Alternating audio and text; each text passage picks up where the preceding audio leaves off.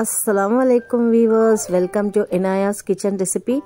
நம்ம சேனலை சப்ஸ்கிரைப் பண்ணலன்னா மறக்காம சப்ஸ்கிரைப் பண்ணிடுங்க. பக்கத்துல இருக்கிற பெல் பட்டனை கிளிக் பண்ணுங்க. அப்பதான் நான் டெய்லி போடுற வீடியோஸ் உங்களுக்கு வந்து சேரும். லைக் பண்ணுங்க, ஷேர் பண்ணுங்க, மறக்காம கமெண்ட் பண்ணுங்க. வாங்க வியூவர்ஸ், நல்லா மொறுமொறுன்னு சாஃப்டா ஒரு ஸ்நாக்ஸ் பண்ண போறோம். வாங்க வீடியோக்குள்ள போலாம். 2 டம்ளர் சுகர் எடுத்திருக்கேன். ஒரு 6 ஏலக்காய் எடுத்திருக்கேன். இப்போ நாம் இந்த சுகரும் ஏலக்காவும் மிக்ஸி ஜாரில் போட்டுட்டு நல்லா பவுடராக அரைச்சி எடுத்துக்கலாம். சுகர் உங்களுக்கு கம்மியாக வேணும்னா நீங்கள் 1.5 டம்ளர் சுகர் சேர்த்துனாலே போதுமானது. நம்ம சுகருக்கு எந்த டம்ளர் எடுத்தோமோ அதே டம்ளரில் மைதா மாவு 3 டம்ளர் எடுத்திருக்கோம். 1 டம்ளர் கோதுமை மாவு அதையும் நம்ம இதில் சேர்த்துக்கலாம். சால்ட்டு ஒரு 1/4 டீஸ்பூன், பேக்கிங் சோடா ஒரு 1/4 டீஸ்பூன், அரைச்சி வச்ச பவுடர் பண்ணி வச்ச சுகர் பவுடர் இதில் நம்ம சேர்த்துக்கலாம். இப்போ நம்ம எல்லாத்தையும் கலந்து விட்டுக்கலாம்.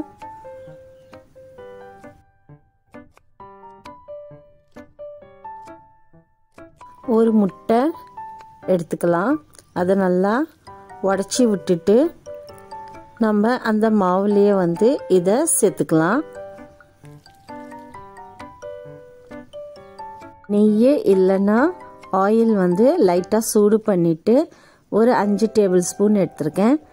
இதை நாம் இதில் சேர்த்துக்கலாம்.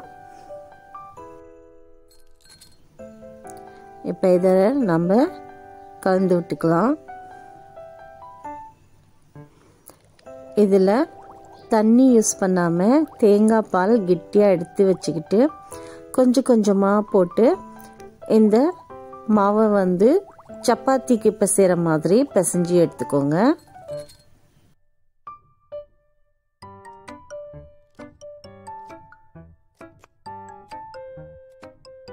தேங்காய் பால் கொஞ்சம் கொஞ்சமாக விட்டுட்டு நீங்கள் மாவை பிசைஞ்சு எடுத்துக்கோங்க.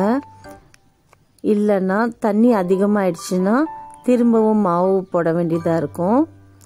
பார்த்து அதுக்கு தகுந்த மாதிரி கொஞ்சம் கொஞ்சமாக சேர்த்துக்கோங்க.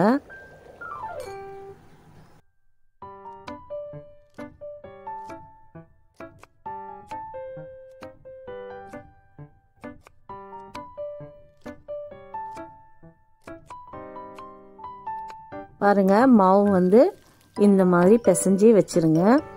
இப்போ நம்ம ஒரு 15 நிமிஷம் இதை க்ளோஸ் பண்ணிட்டு விட்டுறலாம்.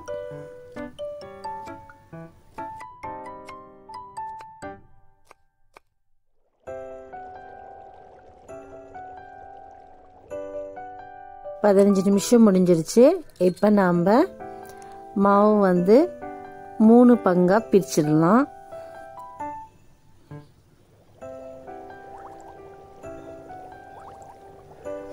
இப்போ நாம் கொஞ்சமாக மைதா மாவு விட்டுட்டு சப்பாத்தி பண்ணுற மாதிரி லைட்டாக இதை தேய்ச்சி எடுத்துக்கோங்க. ரொம்ப மெல்லிசாக தேய்க்கக்கூடாது. ஓரளவுக்கு நமக்கு அந்த திக்னஸ் உங்களுக்கு எவ்வளோ வேணுமோ அந்த அளவுக்கு நீங்கள் இதை தேய்ச்சி எடுத்தால் போதும். ஒட்டாமல் இருக்கிறதுக்கு கொஞ்சம் மைதா மாவு கொஞ்சம் சேர்த்துட்டு நீங்கள் இதை தேய்ச்சி எடுங்க.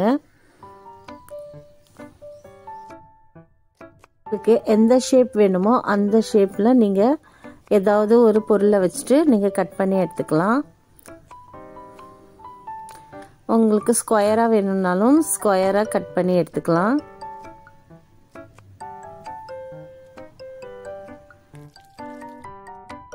நான் பூ ஷேப்பில் எடுத்திருக்கேன். இப்போ நம்ம இதை தனித்தனியாக எடுத்துக்கலாம். ஒரு பிளேட்டில் கொஞ்சமாக மைதா மாவு தெளித்து விட்டுட்டு இப்போ நம்ம இதை கட் பண்ணதை தனியாக எடுத்து வச்சிடலாம்.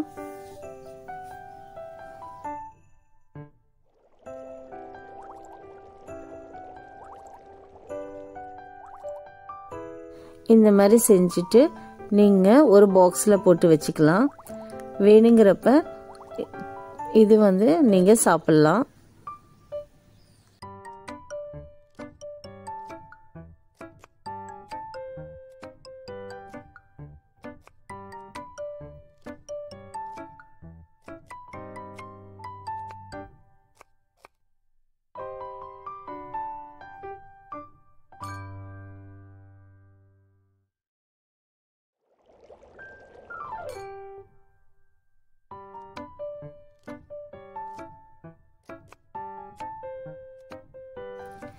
இப்போ நம்ம இந்த கடைசி மாவு இதை நம்ம இந்த மாதிரி உருண்டை பிடிச்சிட்டு நம்ம ஸ்கொயராக கட் பண்ணி எடுத்துக்கலாம்.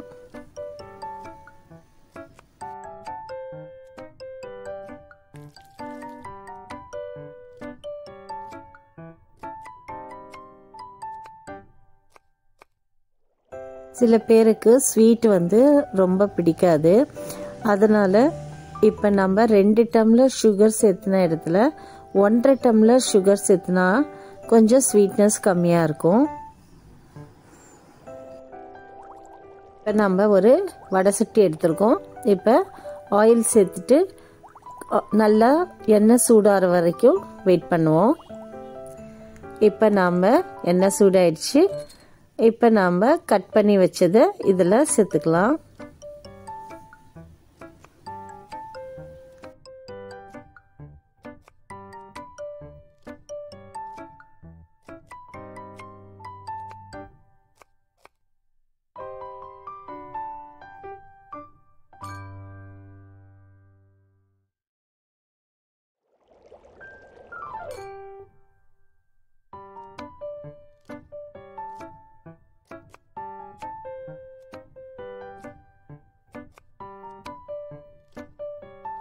ஃபஸ்ட்டு எண்ணெய் நல்லா ஹீட் ஆனதுக்கப்புறம் மீடியம் ஃப்ளேமில் வச்சுக்கோங்க.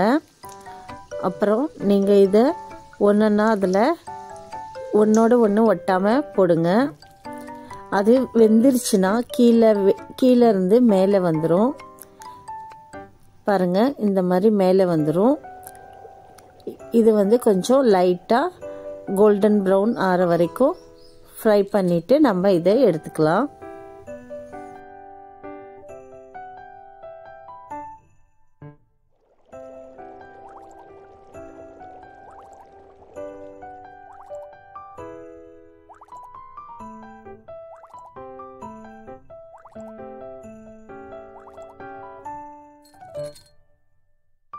பாருங்க, அப்பளம் பொரிஞ்சு வர மாதிரி இது போட்டு கொஞ்ச நேரத்தில் வெந்ததுக்கப்புறம் மேலே அப்படியே அப்பளம் பொரிஞ்சு வர மாதிரி வருது பாருங்க.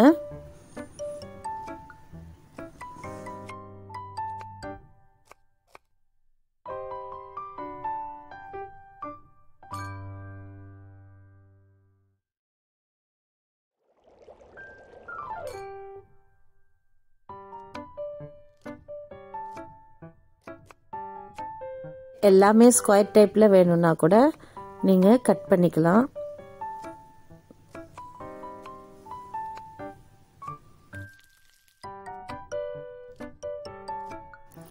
நீங்களும் இந்த ஸ்நாக்ஸை பண்ணி பார்த்துட்டு உங்கள் கமெண்ட்ஸை எனக்கு அனுப்புங்க ஃப்ரெண்ட்ஸ்.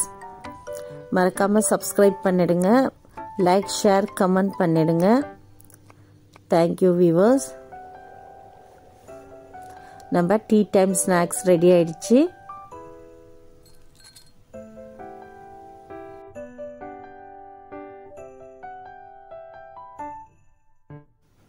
பாருங்க, நல்ல ஸ்மூத்தாக நல்ல முறுமுறுன்னு சாப்பிட்றதுக்கு ரொம்ப நல்லா இருக்கும். நீங்களும் இதை செஞ்சு பாருங்கள். உங்கள் கமெண்ட்ஸ் லைக் ஷேர் பண்ணிடுங்க. Thank you viewers.